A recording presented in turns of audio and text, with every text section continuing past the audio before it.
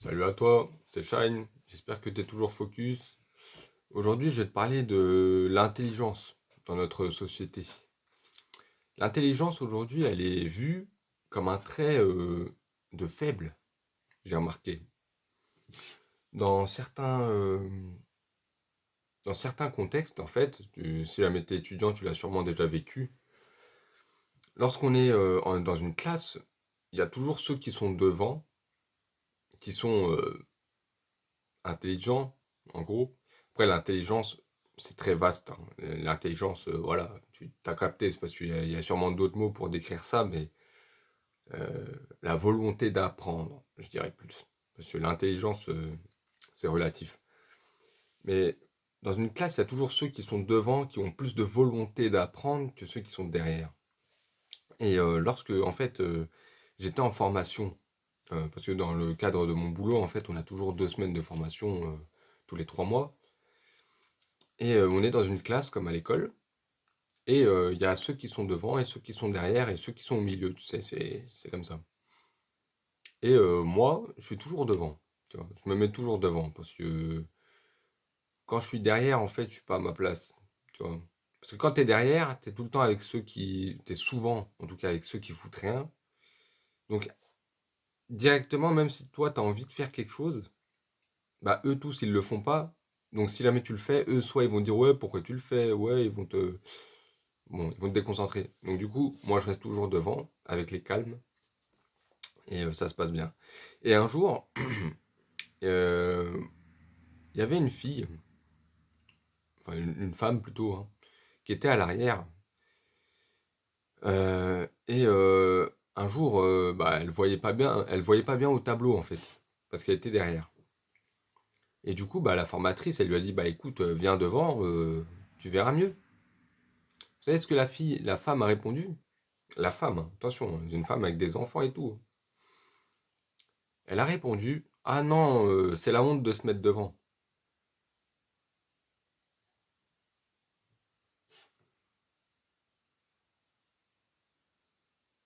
C'est la honte de se mettre devant. Donc en gros, dans sa tête, c'est la honte de venir devant et de montrer qu'on veut apprendre. Ça fait péter les plombs. Ça fait péter les plombs. Donc en fait, on voit carrément. Et moi, je l'ai analysé parce qu'en fait, je me mets devant, mais en fait, je suis quelqu'un qui m'adapte très vite au contexte. Tu vois, je me mets devant parce que je sais qu'en me mettant devant, je suis avec des gens qui peuvent m'apporter des choses intellectuellement ou autres. Et il y a des moments où je vais vouloir être derrière, parce que derrière, il y a quelque chose d'intéressant, nanana. Bon, voilà. Et en fait, en étant devant, moi j'arrive à être devant, mais en même temps, j'intéresse ceux qui sont derrière, donc c'est assez spécial. Et, euh, et quand je me suis rendu compte de ça, je me suis dit, mais les gens, en fait, ils sont complètement déréglés. En fait, ils se mettent dans des situations complètement contraignantes qui vont pas du tout leur servir, juste par besoin d'acceptation sociale. En fait, ils se mettent tous derrière pour pas paraître comme des, tu sais, les intellos qui servent à rien devant tout fragile.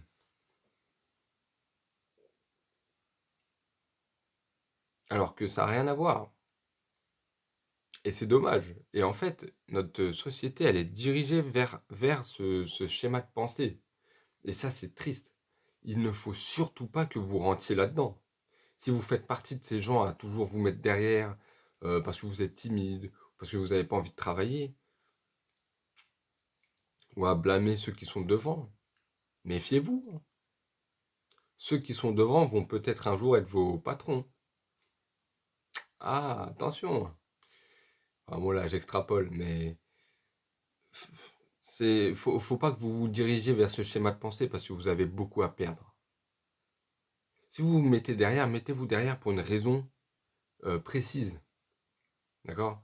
Mettez-vous derrière parce que vous savez que en étant derrière, vous allez, je sais pas moi, vous êtes avec un gars qui sait faire ça particulièrement, alors que celui de devant il a plus de mal, donc il pourra plus vous aider lui que l'autre, etc. Vous voyez? Mais vous vous mettez pas derrière juste parce que ouais devant c'est la place des intellos. Moi je suis pas un intello. Moi, je suis avec mes potes, eux, ils sont moches, ils ont pas de meuf, ils ont pas de potes, ils ont pas de vie. Nous, on est là, on a une super vie. Alors que pas du tout. Enfin bref, c'est le schéma de pensée classique. Et c'est dommage. C'est dommage parce que lorsqu'il a fallu passer au tableau pour, euh, pour se présenter, où tu sais, on devait inventer en fait une histoire qui nous décrivait, genre on devait se passer pour des responsables, des directeurs, des trucs comme ça. On a dû écrire une petite histoire qui nous concerne. Et ben ceux qui étaient derrière, c'était ceux qui avaient le plus de mal à venir parler devant tout le monde. Ils avaient le choix entre être assis et raconter leur truc en étant assis, en disant bonjour, je suis le nouveau directeur, blablabla, ou être debout et raconter la même chose. Le trois quarts des grandes bouches qui étaient derrière, ça y est, ceux qui font du bruit, hein, et ben une fois devant, ils tremblaient. J'ai même eu un chef de poste, donc un chef qui dans mon travail est un chef, donc c'est quelqu'un qui est supérieur à moi hiérarchiquement. On l'entend toujours en formation, il est tout le temps en train de faire du bruit, en train de ouais là là. Et une fois qu'il a fallu passer devant, il était en panique totale. Totale. Donc en fait, j'en ai conclu que ceux qui étaient derrière, souvent, c'est ceux qui ont les plus grosses insécurités, mais ils camouflent ça dans une armure de je sais pas, de social, tu sais, ils camouflent ça dans du social, dans du on rigole, on s'en fout, c'est pas important, nous, on a une vie. Non, non, arrêtez de mentir. Vous n'avez pas de vie. Vous rentrez chez vous, vous êtes sur Netflix, vous rentrez chez vous, vous faites que dalle, vous regardez TF1. Arrêtez. Vous n'avez pas de vie, les gars. Donc voilà. Donc ne rentrez pas dans ce schéma de pensée, hein. Là, je suis en train de lire un livre, d'ailleurs hyper intéressant, je vous le conseille. Je l'ai trouvé dans une petite. À la Furie du Nord. Je dirais pas que c'est une bibliothèque, c'est. Comment on appelle ça là? Un magasin de livres. Voilà, c'est celui-là. Apprendre à tout prix. Il est magique ce livre. Franchement, il est magique. Je l'ai pas fini hein, encore. Je l'ai juste démarré là. Et franchement, il est magique. Et en fait, bah, ce livre-là, il dit qu'en. Enfin, c'est pas ce livre-là qui dit ça, mais moi je dirais que faut apprendre toute sa vie. Toute sa vie, il faut apprendre. Il y a pas de un moment, ça y est, je suis bon. Non, continuez d'apprendre. Continuez d'apprendre. Il y a toujours quelque chose, surtout dans l'ère dans laquelle on vit. L'ère dans laquelle on vit, ça va vite, hein. On est déjà au niveau de l'intelligence artificielle. Et l'intelligence artificielle, le problème, enfin, c'est pas un problème, mais le truc, c'est que ça se développe de manière exponentielle. Ah ouais, faut vous mettre à jour, hein. Il y en a à l'heure actuelle, ils savent toujours pas écrire un email. Ah ouais, hein. Donc, apprenez les choses, apprenez, apprenez. Il y a YouTube. YouTube, tu écris ce que tu veux, tu as des tutos de 4 heures dessus. Arrêtez. Vous n'avez pas d'excuses. Vous n'avez pas d'excuses pour rester dans votre médiocrité. D'accord? Rester dans la médiocrité pour dire que moi j'appartiens à un groupe social. Le groupe social, c'est les médiocres. Et ensemble, on forme une puissance et on est au-dessus de vous. N'importe quoi. Vous avez des insécurités phénoménales.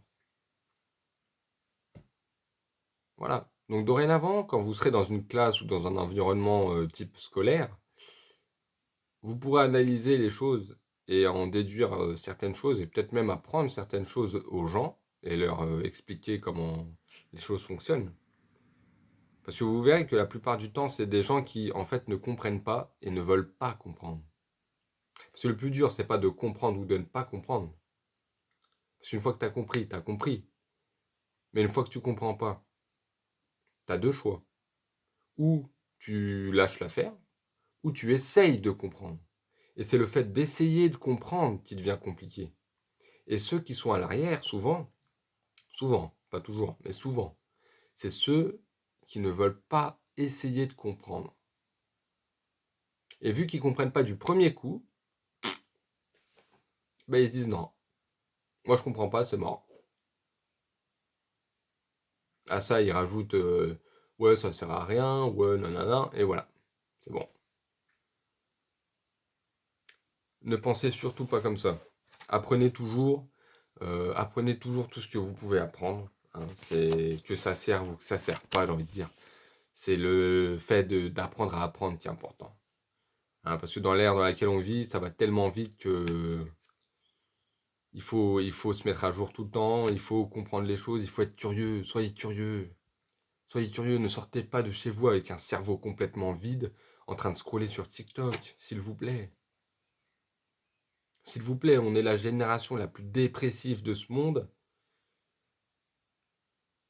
Donc il faudrait peut-être qu'on essaye un peu de changer la donne, hein. Et c'est possible, c'est largement possible. Il n'y a pas grand-chose à faire, hein.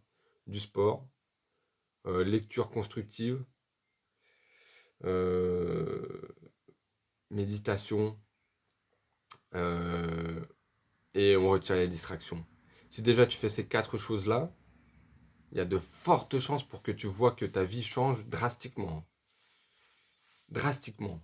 Et moi, en fait, je l'ai expérimenté, mais en très très peu de temps. En très très peu de temps. Là, durant la période de 6 mois où j'ai pas fait de vidéo, en gros de gros, j'étais en couple et je n'ai pas, je me suis concentré en fait sur la fille, alors qu'il ne faut pas, hein, voilà. Enfin, je me suis pas concentré sur la fille, c'est qu'en fait, le fait de me mettre en couple, ça a bloqué quelque chose dans mon cerveau et ça m'a mis en mode, bah c'est bon, tu vois. Et j'ai pu vite, en fait, suite à cette rupture, et ben, je suis passé dans une étape de flou. Tu vois, l'étape de flou que je parle dans ma vidéo précédente. J'étais dans une étape de flou où je me demande, mais qu'est-ce que... Tu sais, c'est comme si bah, il y a quelque chose qui te tient, et cette chose qui te tient, bah, elle te lâche. Et là, tu te retrouves au milieu d'un endroit que tu ne connais pas, ou l'endroit auquel tu n'es pas habitué à être. Et bien, du coup, bah voilà. Alors, du coup, bah, ce que j'ai dû faire, c'est reprendre mes anciennes bonnes habitudes. Et je vous jure que la différence, elle est flagrante. Elle est flagrante. Aujourd'hui, je travaille de l'après-midi. Il est exactement 11h30. Je suis debout depuis 7h30. J'ai été au sport. Euh, j'ai été au sport, je me suis fait ma bouffe. Là, je suis en train de tourner une vidéo. À 14h, je vais aller au boulot. Et à 22h, je vais revenir. Et je vais dormir. Et rebelote toute la semaine. Voilà. C'est simple. Vous faites ça et puis vous verrez que votre vie va changer.